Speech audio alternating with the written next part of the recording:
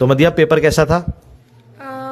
Medium to easy था, मतलब बहुत ज़्यादा टफ भी नहीं था और बहुत ज़्यादा इजी भी नहीं था। ट्रिकी क्वेश्चंस थे, अगर समझेंगे तो मतलब कर सकते हैं। कितने परसेंट ट्रिकी क्वेश्चंस थे और कितने परसेंट मॉडरेट थे और कितने परसेंट इजी थे?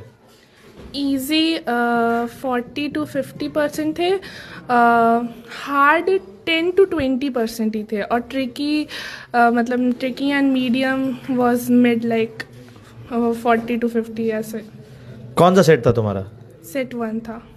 सेट 1 में सबसे डिफिकल्ट कौन सा चैप्टर लगा तुम्हें? सेट 1 में सेक्शन डी में सर्कल्स आया था 5 मार्क्स का, वो थोड़ा ट्रिकी था और डिफ़िकल्ट भी था। केस बेस्ड स्टडी कैसे लगे? सबसे अच्छा कौन सा केस बेस्ड स्टडी चैप्टर का था और कौन सा सबसे टफ था तुम्हारे लिए? सबसे इजी कोऑर्डिनेट ज्योमेट्री आया था लास्ट क्वेश्चन, और सबसे डिफ़िकल्ट आया था ट्राइंगल्स का। What was unexpected in the paper? सबसे ज़्यादा अनएक्सपेक्टेड चीज़ किस तरीके की थी या कौन से चैप्टर की थी? ऐसी कोई अनएक्सपेक्टेड चीज़ नहीं थी, क्योंकि सारे क्वेश्चंस हमने लगा चुके थे या सारे कॉन्सेप्ट्स हमने पढ़ चुके थे पहले से ही। कोचिंग ने कैसे हेल्प किया तुमको?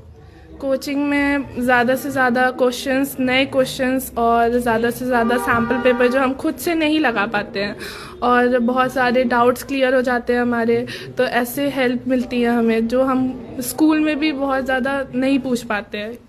लास्ट डे प्रिपरेशंस कैसी थी तुम्हारी? क्या किया और क्या नहीं किया तुमने?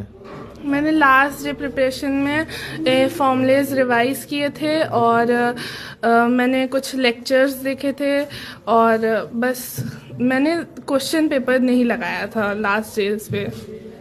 तो वो हेल्पफुल था या वो तुम्हारी डीमेरिट में चला गया? हेल्पफुल था वो मेरे लिए। तो तुमने सैम्पल पेपर कब तक लगाए थे या कितने सैम्पल पेपर लगाए थे बोर्ड की प्रिपरेशन के लिए?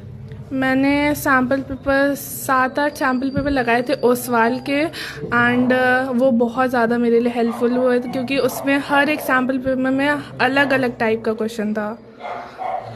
ठीक है, मुझे ये बताओ कि कितने एक्सपेक्ट कर रही हो मार्क्स तुम फाइनल्स में अपने आउट ऑफ 80?